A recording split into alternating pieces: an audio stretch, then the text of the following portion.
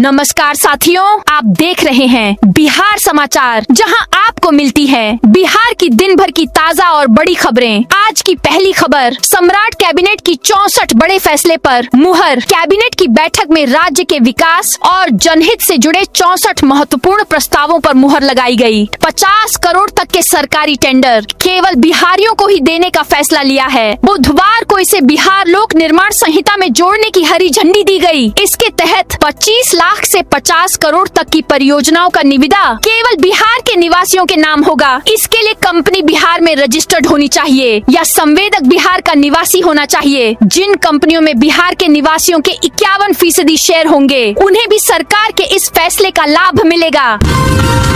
मुख्यमंत्री सम्राट चौधरी आज सभी जिलों के डीएमएसपी के साथ वीडियो कॉन्फ्रेंसिंग के जरिए मीटिंग कर रहे हैं। पटना के अधिवेशन भवन में ये मीटिंग चल रही है। बिहार में 24 घंटे के अंदर 2 बड़े एनकाउंटर के बाद मुख्यमंत्री की ये बैठक हो रही है। सीएम इस मीटिंग में लॉ एंड ऑर्डर को लेकर सख्त निर्देश दे सकते हैं। दरभंगा की नगर परिषद में घुसकर अपराधियों ने एग्जीक्यूटिव ऑफिसर और चेयरमैन को गोली मारी थी। इस मामले में पुलिस ने डिप्टी चेयरमैन के पति रामधनी यादव को एनकाउंटर में ढेर किया है। सम्राट कैबिनेट के बड़े फैसले, 31,000 पदों पर होगी नियुक्ति। बक्सर, आरा, मनेरपथ अब महर्षि विश्वामित्र के नाम पर होगा। मिली हरी झंडी मुख्यमंत्री सम्राट चौधरी ने अपनी दूसरी ही कैबिनेट बैठक में करीब 31,000 पदों पर नियुक्ति को हरी झंडी दे दी। इनमें से 20,937 पदों पर बिहार पुलिस में नियुक्ति होगी। हालांकि इसके 50% पद प्रोन्नति से भरे जाएंगे। 10,469 पदों पर सीधी बहाली होगी, जबकि 10,468 पदों को एएसआई से एएसआई में प्रोन्नति देकर भरा जाएगा। बिहार में सम्राट सरकार का बड़ा फैसला, पटना जू और डेयरी संस्थान से हटा संजय गांधी का नाम। बिहार में भारतीय जनता पार्टी का मुख्यमंत्री बनने के बाद से राज्य में संस्थानों के नाम बदलने की प्रक्रिया शुरू हो गई है। बिहार में सम्राट सरकार ने बड़ा फैसला लिया है। पटना चिड़ियाघर और डेयरी प्रौद्योगिकी संस्थान से संजय गांधी का नाम हटा दिया है। भाजपा के नेतृत्व वाली सम्राट सरकार ने पटना के संजय गांधी जैविक पार्क और संजय गांधी डेयरी प्रौद्योगिकी संस्थान का नाम बदल दिया है। सम्राट सरकार ने संजय गांधी जैविक पार्क का नाम पटना चिड़ियाघर और संजय गांधी डेयरी प्रौद्योगिकी संस्थान का नाम बदलकर बिहार राज्य डेयरी प्रौद्योगिकी संस्थान कर दिया है। बिहार में 11वीं 12वीं के छात्रों को नए सिलेबस की मिलेंगी किताबें। नई शिक्षा के तहत नए पाठ्यक्रम के आधार पर राज्य में पहली बार 11वीं और 12वीं के विद्यार्थियों के लिए विषयवार किताबें मुहैया कराई जाएगी। नए पाठ्यक्रम के तहत किताबों की छपाई शुरू कर दी गई है। विद्यार्थियों को 20 मई तक किताबें उपलब्ध कराने के लिए लक्ष्य निर्धारित किया गया है। सभी भाषाओं के अतिरिक्त सभी वैकल्पिक विषयों की पाठ्य पुस्तकें एनसीईआरटी आधारित होंगी।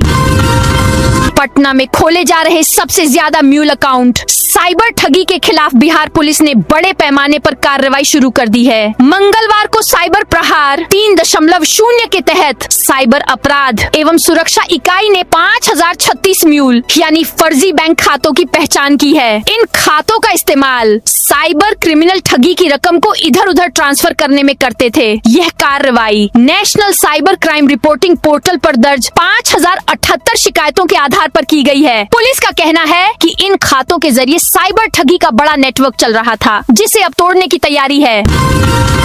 भीषण गर्मी के बीच बिहार का मौसम बदल गया है। पटना समेत प्रदेश के 20 जिलों में तेज आंधी के साथ झमाझम बारिश हुई। इस दौरान कई जिलों में धूल भरी आंधी चली। आंधी के दौरान कई जिलों में पेड़ गिर गए। बिहार में 6 लोगों की मौत हो गई। इनमें पटना में आंधी से दीवार गिरी, जिसमें दबकर 2 लोगों की मौत हो गई। जमुई के गिद्धौर में ठनका गिरने से एक बुजुर्ग की जान चली गई। समस्तीपुर, बेगूसराय, सुपौल में भी एक मौत हुई है। वहीं जहानाबाद में छज्जा गिरने से 4 लोग घायल हो गए। बक्सर में तेज आंधी बारिश के दौरान एक पेड़ ई रिक्शा पर गिर गया। उस वक्त ई रिक्शा में 6 लोग सवार थे। सभी को मामूली चोटें आई हैं।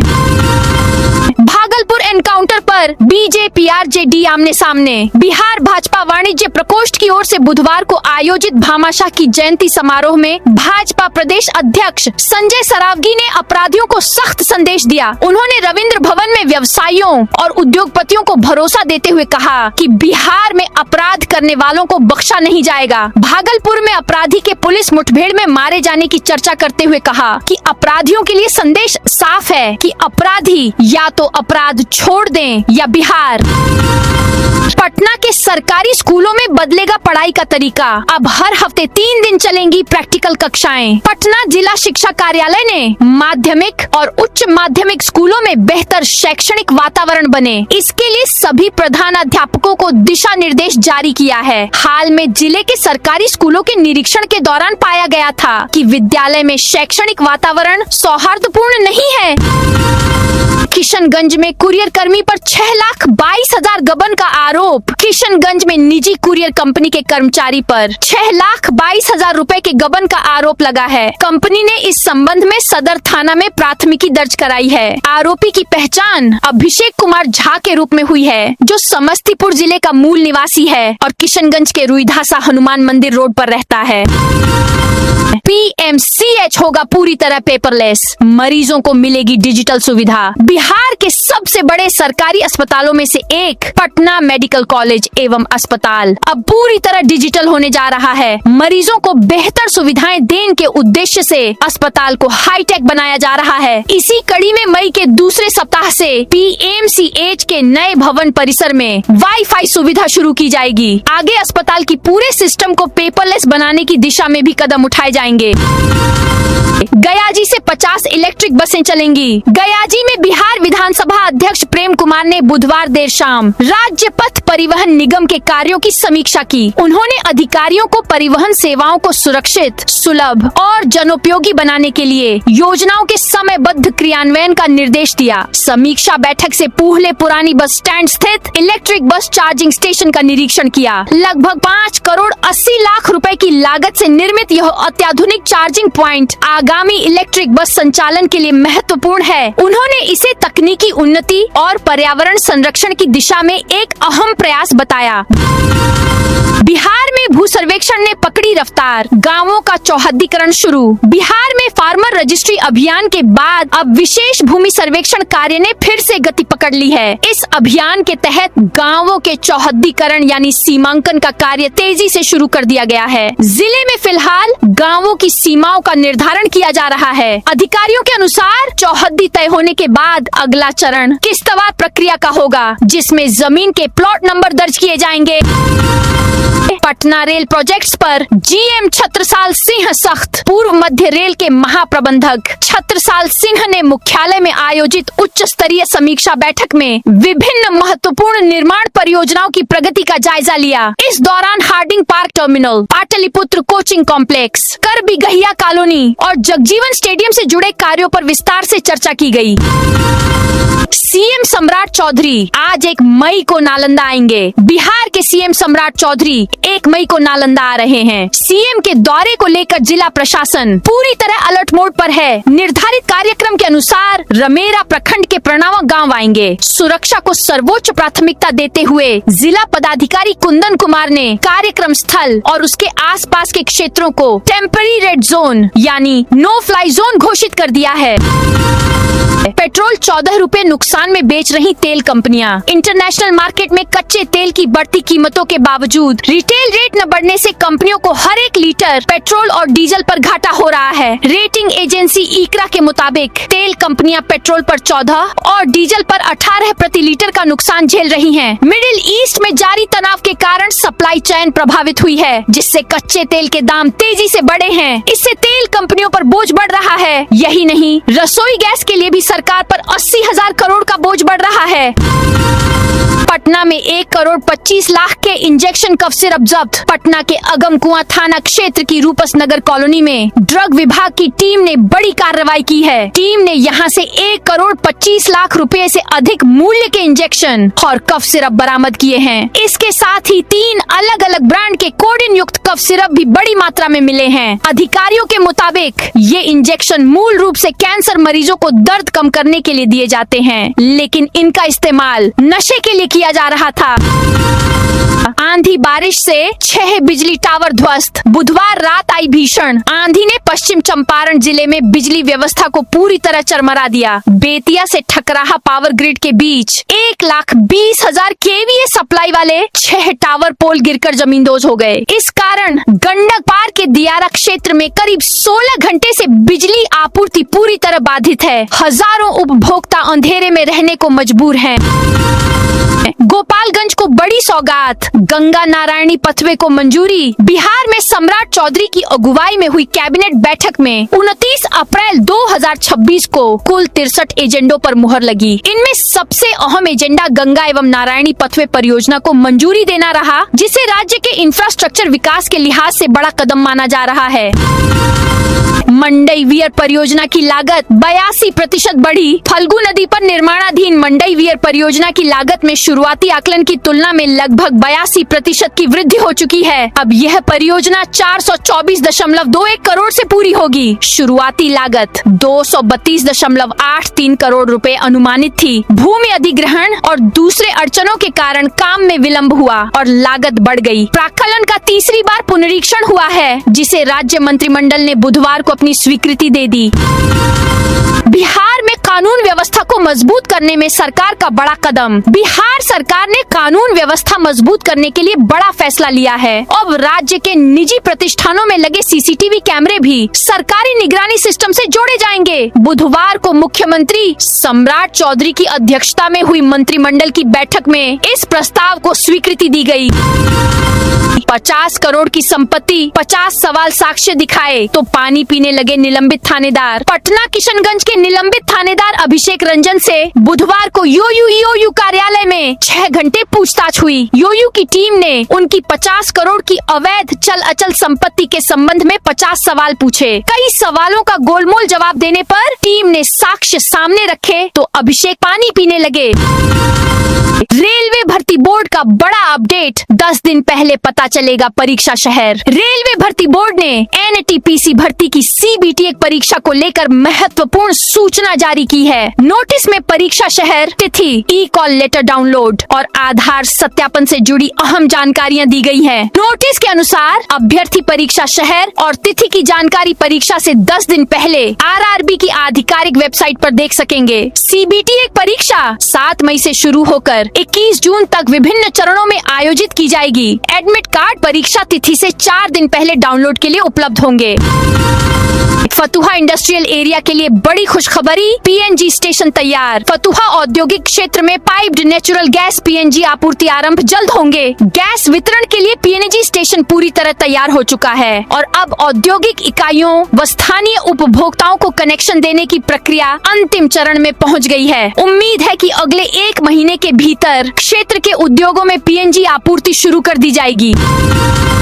बिहार में लोकल को वोकल की तैयारी, 50 करोड़ तक के टेंडर में स्थानीय ठेकेदारों को प्राथमिकता। बिहार सरकार ने रोजगार बढ़ाने की दिशा में बड़ा कदम उठाते हुए राज्य के स्थानीय संवेदकों को प्राथमिकता देने का फैसला किया है। 7 निश्चय 3 योजना के तहत यह प्रस्ताव लाया गया है, जिसमें अगले 5 वर्षों में 1 करोड़ रोजगार के अवसर सृजित करने का लक्ष्य रखा गया है। बुधवार को मुख्यमंत्री सम्राट चौधरी की अध्यक्षता में हुई राज्य मंत्रिमंडल की बैठक में यह निर्णय लिया गया। बिहार में 3 नए सड़क प्रोजेक्ट को मंजूरी, गंगा किनारे बनेंगे नारायणी। बिहार में यातायात व्यवस्था को और मजबूत करने के लिए सरकार ने 3 नए सड़क प्रोजेक्ट को मंजूरी दी है। इन प्रोजेक्ट के बनने से सोनपुर, बक्सर और गयाजी में यातायात और कनेक्टिविटी बेहतर होगी। इन सड़कों का निर्माण गंगा नदी के पास कराया जाएगा। इन तीनों सड़कों का निर्माण पीपीपी डीबीए 40 टाल मोड़ पर कराया जाएगा।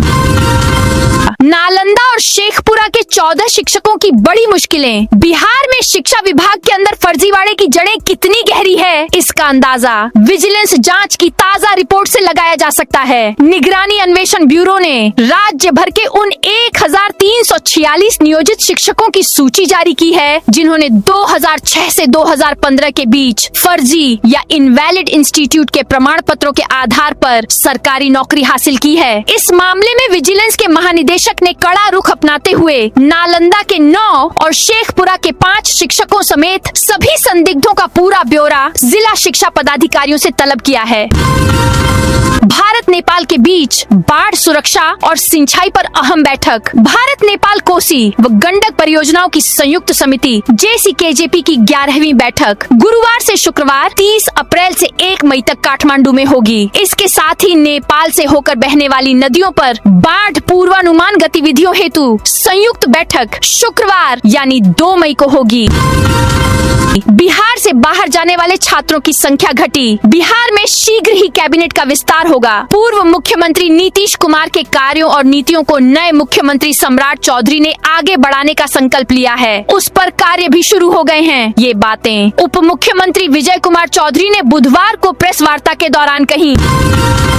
बिहार बीजेपी की नई प्रदेश कमेटी बनकर तैयार। बिहार में भारतीय जनता पार्टी की नई प्रदेश कमेटी का गठन लगभग हो चुका है। अब इसकी आधिकारिक घोषणा के लिए राष्ट्रीय नेतृत्व की अंतिम सहमति का इंतजार है। जैसे ही पार्टी के शीर्ष नेतृत्व की मंजूरी मिलती है, नई प्रदेश कमेटी की घोषणा कर दी जाएगी। संगठन के भीतर इसे लेकर काफी उत्साह देखा जा रहा है, क्योंकि इस बार कई बड़े बदलावों के संकेत मिल रहे हैं।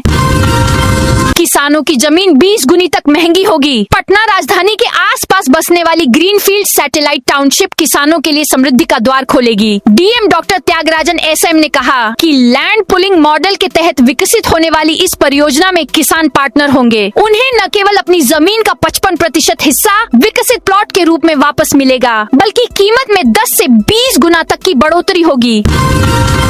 बिहार में औद्योगिक क्रांति मखाना, टेक्सटाइल और फूड प्रोसेसिंग की खुलेंगी बड़ी यूनिट्स। बिहार में उद्योग और रोजगार के मोर्चे पर बड़ी खुशखबरी है। राज्य के अलग अलग जिलों में फूड प्रोसेसिंग, टेक्सटाइल, रिसाइकलिंग और मखाना प्रोसेसिंग की नई इकाइयां लगने जा रही हैं। उद्योग विभाग ने इसके लिए जमीन आवंटन की प्रक्रिया पूरी कर ली है। इन प्रोजेक्ट्स पर लगभग 150 करोड़ रुपए खर्च होंगे। खास बात यह है कि इनसे 3200 लोगों को सीधा रोजगार मिलेगा। इन फैक्ट्रियों में साल 2027 से उत्पादन शुरू होने की उम्मीद है।